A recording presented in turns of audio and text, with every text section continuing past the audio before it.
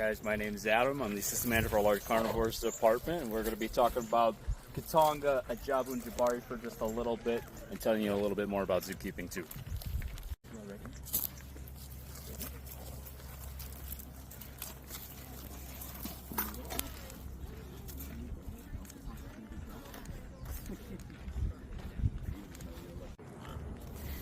What skills do you need to be a keeper? That is a very, very good question. You need a lot of different skills to be a zookeeper, not only because you're working with these animals, but you're also in charge of making sure that all these habitats are good to go as well. So you need to understand how to take care of animals and their needs. You know, that's going to be the food that they eat or any sort of vitamins or supplements that they might need as well. But you also have to be kind of handy too. We're constantly doing little fixes on different things like, ponds, their decks. So definitely need to know how to use power tools and things like that, and understanding how a lot of different equipment works, whether, again, that's things like power tools, plumbing. It can be a lot of different things that you learn over time being in the zookeeping industry. What's your greatest achievement as a keeper? Well, I've been in the field for a long time now. I've been at this park for about 6 years, so there's a lot to choose from, but I think since we've got him here, why don't we talk about Scary here. So one of my greatest achievements personally is watching these guys, like Scari's group. He's got a brother and a sister, Kimby, as well. He's got a brother and a sister as well. But these guys were actually born here at the park back in 2018. A little bit unusual for us here out of Africa. We actually don't have cubs born on site very often. So for us carnivore keepers, definitely an absolute privilege to raise these guys. So when I first started, these guys were about a month old. So we're talking little lions. We're talking about that big. And now Ascari is as big as you can see right now. He's a 450-pound boy. But one of the coolest things, not only getting to see these guys grow up to be nice, big, handsome adult males, is to actually keep maintaining the relationship that we have with these guys and be able to continue going in with them in this way that you can see. They're nice and calm. They actually really enjoy when we come in and say hi to them.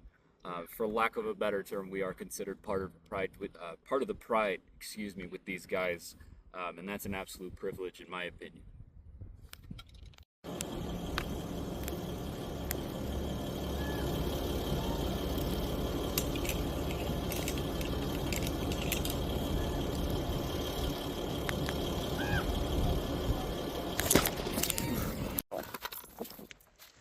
Are there any animals that are friends? Absolutely. So we're actually, with talking about lions, really the only true social cat out in the wild. And so because of that, these guys, of course, they live in their pride groups, and they'll actually reacquaint with each other. They'll actually do things like cheek rubs to rub each other's scent on each other and make sure that they're familiar with each other. We've got quite a few groups of lions here at the park. We actually have 3 trios of lions, if you will, and they get along absolutely great. And still speaking to that in terms of animals actually socializing with each other. Now, even though a lot of the other cat species are typically solitary, a lot of them do actually like to hang out with each other when they're raised together as cubs. Of course, us as keepers, it's our job to make sure that those relationships are still going as well as they always have been. But if something changed, just like with people, the relationships with the cats, they can change. So we make sure that those relationships are still going strong, whether it's going to be habitats that have multiple tigers with them. And we do have one odd couple here at the park where it's a black leopard that lives with a tigress named Vista, and they've just been getting along together for about 16 years now. But yes, animal can have friends and together, not just ones that usually live together, but like I said, some odd couples too. Alright guys, so we're actually inside the habitat with Ascari. He's one of our male lions. He's actually the younger brother to Ajabu and Jabari.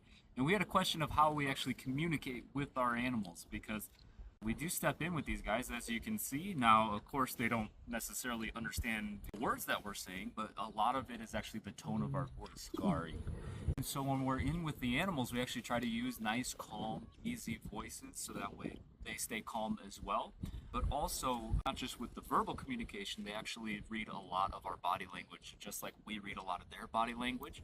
So right now, with his body language, he's nice and calm. He's actually just cleaning his paws off after some dinner. And so that's something that us keepers, we look for whenever we're going to approach, just like I am right now.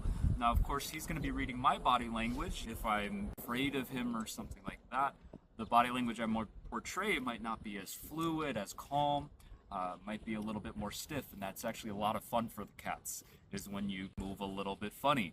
And so whenever we're going to be in with the cats, we try to be nice and calm and nice and fluid with our movements to communicate that, hey, we're just going to have a nice, easy, relaxing time. Do you have to go to school to be a keeper? So yes, you do have to go to school to be a zookeeper. In the past, in this industry, there were a lot of different avenues and different ways that people got to actually work with animals. But these days, in the zookeeping industry, most facilities are going to be requiring some sort of degree in life science, whether that's biology, it could be ecology. But as long as they see that degree, that's a really good foundation for a lot of the concepts that you use on a daily basis. So I myself actually went to school for my degree in biology with a concentration in zoology, so I do have a bachelor's degree. There's a lot of on-the-job training because, of course, these guys, they teach you new things every day. How long did it take you to become a keeper after finishing school? Believe it or not, it actually took a very long time.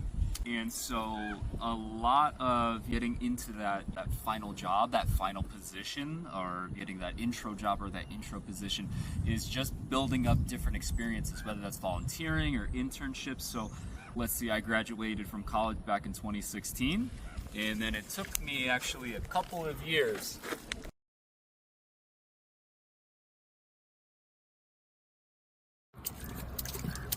So it actually took me a long time to actually get to the position that I'm in right now. So I graduated from school back in 2016, and then it took me about 2 years of doing different experiences, whether that's internships, volunteering.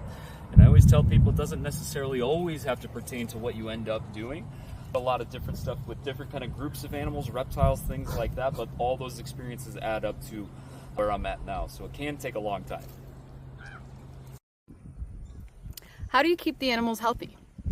So here out of Africa, in order to keep our animals healthy, there's lots of different things that we take into account. We can start talking with diet. So in terms of, we've got a jabu right here looking all nice and handsome for us. We can start with just making sure that he's getting enough food to eat. So today happens to be one of our predator feed days. In a little bit, he's going to get his food. A lion of his size, we're going to actually round down a little bit. He's a little over 400 pounds. He can eat a quarter of his body weight in one sitting. That's a lot of meat. That's going to be 100 pounds of meat in one sitting. So we end up breaking that up into 3 different feeds throughout the week because it's important for his metabolism to be as healthy as possible. Taking those breaks in between those large meals is what their metabolism is actually meant to do. So that way he maintains a really good weight. Now, something else that we do for our cats is we make sure that they're going to be getting lots of different supplements and vitamins. Now, that can be on their main meal. And then for some of the cats, we go around on a daily basis making sure that they're getting things like glucosamines, fish oil capsules, things like that. Make sure that their coats are healthy, their pads are healthy as well. With a jabu here as well, being a cat, he's got those retractable claws, right? We do have to actually do claw trims, which is pretty interesting. We do those on a monthly basis. The jabu's pretty good at doing those claw trims, so we make sure that those claws aren't growing too close to his pads. I'm actually going to stand up a jabu here so you can actually see his claws. So let's see. So you can see these claws. They do need, looks like they need just a little bit of a trim there.